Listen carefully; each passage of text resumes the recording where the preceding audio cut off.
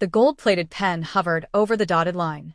To Victoria Thorne, CEO of Thorne Industries, it was just another acquisition. To Chloe Brooks, a struggling botanist trying to save her late mother's greenhouse, it was a lifeline. The rules were simple, the boundaries explicitly defined. It was supposed to be a simple, airtight contract. But neither woman factored in the one variable money couldn't control, the human heart. Before we dive into Victoria and Chloe's journey, if you love emotional, slow-burn romances that melt the coldest of hearts, make sure to hit that subscribe button and turn on notifications so you never miss a story just like this. The boardroom at Thorne Industries was an imposing expanse of glass and steel, suspended 50 floors above the city. Victoria Thorne sat at the head of the obsidian table, her posture impeccably straight, her sharp jawline locked in its usual unyielding expression. Across from her sat Chloe. Chloe wore a soft, mustard-yellow cardigan that looked painfully out of place in the sterile, monochrome room. She was nervous, her fingers twisting a loose thread on her sleeve. "Let us review the stipulations one final time," Victoria said, her voice smooth, cultured, and entirely devoid of warmth.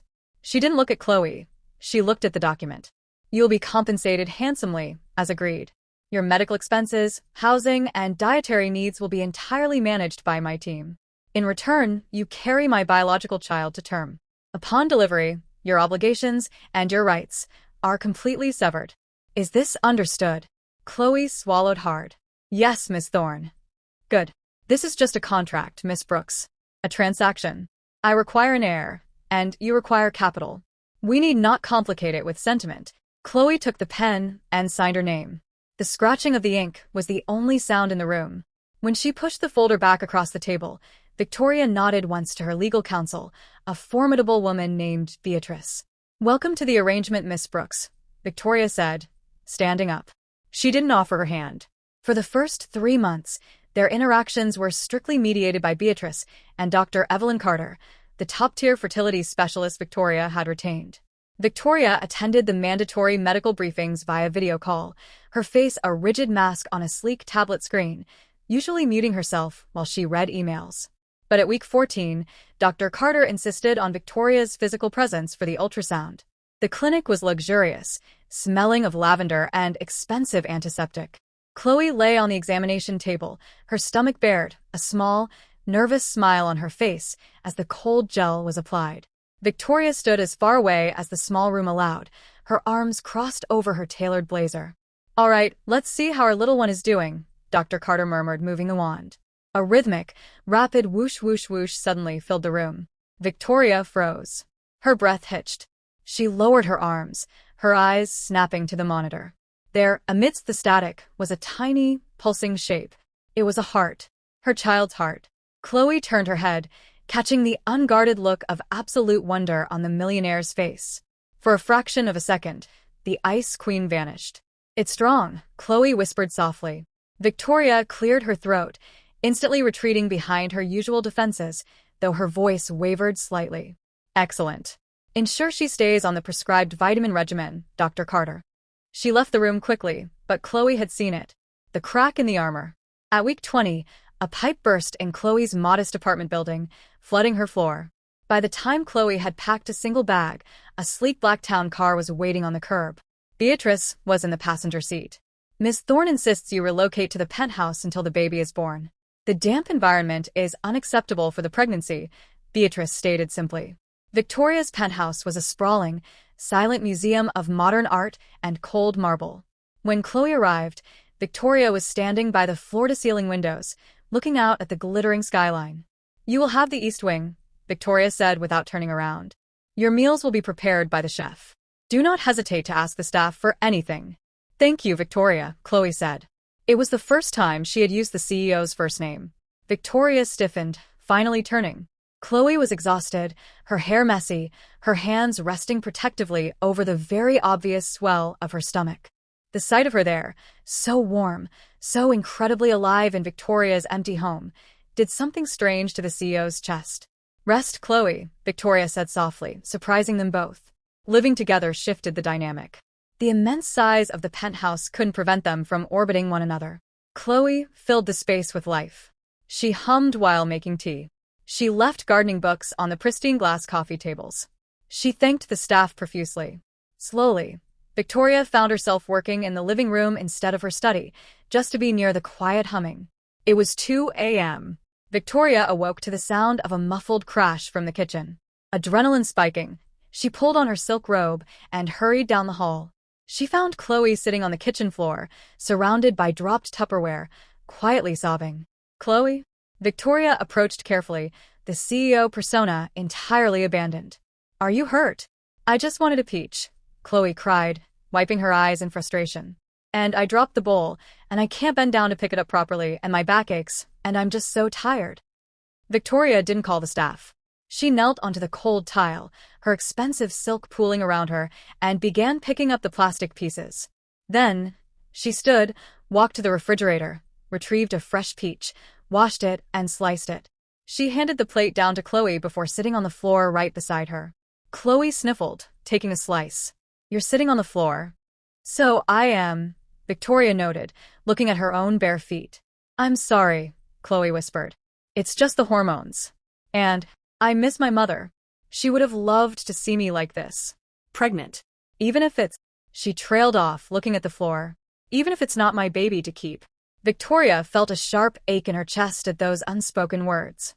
"Tell me about her," Victoria prompted softly. For an hour, sitting on the kitchen floor, Chloe talked about her mother, the greenhouse, the flowers. And to her own shock, Victoria found herself talking about her own past, the crushing expectations of her family, the necessity of turning her heart to stone to survive the corporate world. When Chloe finally leaned her head against Victoria's shoulder, utterly exhausted, Victoria didn't pull away. She wrapped an arm around the surrogate, resting her chin lightly on Chloe's hair. The contract was 1,000,000 miles away. Week 32. The golden hour of late afternoon bathed the penthouse in a warm, amber light. Chloe was standing by the massive windows, wearing a soft, oversized cardigan, looking out over the city. Victoria walked in from a grueling day of board meetings. She looked exhausted, her tie undone, her heels kicked off at the door.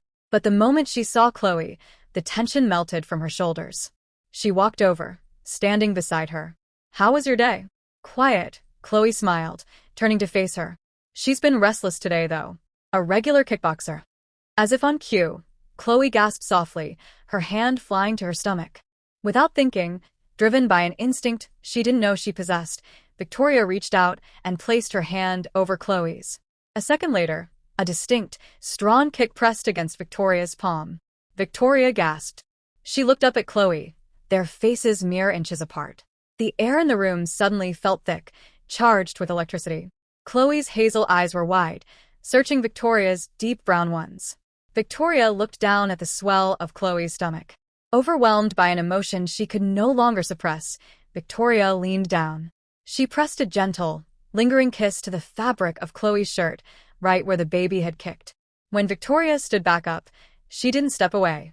Her hand moved from Chloe's stomach to her waist, pulling her a fraction closer.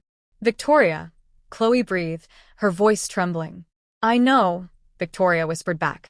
"I'm terrified too." She closed the distance, pressing her lips to Chloe's. It wasn't hesitant. It was desperate.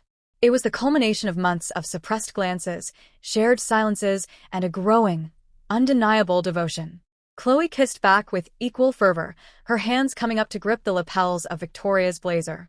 The next morning, Victoria sat at her desk. On the mahogany surface lay the surrogate contract. Clause 4.2 highlighted in stark yellow. "Upon birth, Miss Brooks will vacate the premises and surrender all contact." Victoria stared at it. She thought of Chloe's laugh. She thought of the way the apartment felt empty when Chloe was just in the other room. Eleanor, her chief legal officer, walked in. "You asked for me, Victoria? Is there an issue with the final payouts for Miss Brooks?" Victoria picked up the thick stack of papers. Slowly, deliberately, she ripped them cleanly down the middle, then again, tossing the pieces into the wastebasket. Eleanor blinked. "Victoria, what are you doing? That is a legally binding document." "It's a mistake," Victoria said, her voice firmer than it had been in her entire life. "Draft a new document, Eleanor. A transfer of the greenhouse deed to Chloe Brooks, fully funded. And cancel the payout." "Cancel it? On what grounds?" "Because," Victoria said, a genuine smile breaking across her face for the first time in a decade, "she isn't an employee. She's my partner." And she's staying. The delivery room was chaotic, but to Victoria, the only thing that existed was Chloe.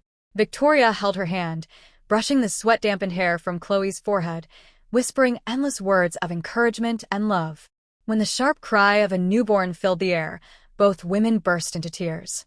Dr. Carter approached, holding a tiny, bundled blanket. She looked at Victoria. "Do you want to hold your daughter, Miss Thorne?" Victoria looked at the baby, then immediately down at the exhausted, glowing woman holding her hand. "Give her to her mother first," Victoria said softly. Dr. Carter gently placed the baby on Chloe's chest. Chloe sobbed, wrapping her arms around the tiny life she had nurtured. Victoria leaned over them both, wrapping her arms around her newly formed family. She pressed a kiss to her daughter's head, and then a deep, lingering kiss to Chloe's lips. "We need a name," Chloe whispered, looking up at the woman who had once been made of ice, but was now crying tears of absolute joy. "Hope," Victoria said, looking at the two women who had completely rewritten the rules of her life. "Her name is Hope."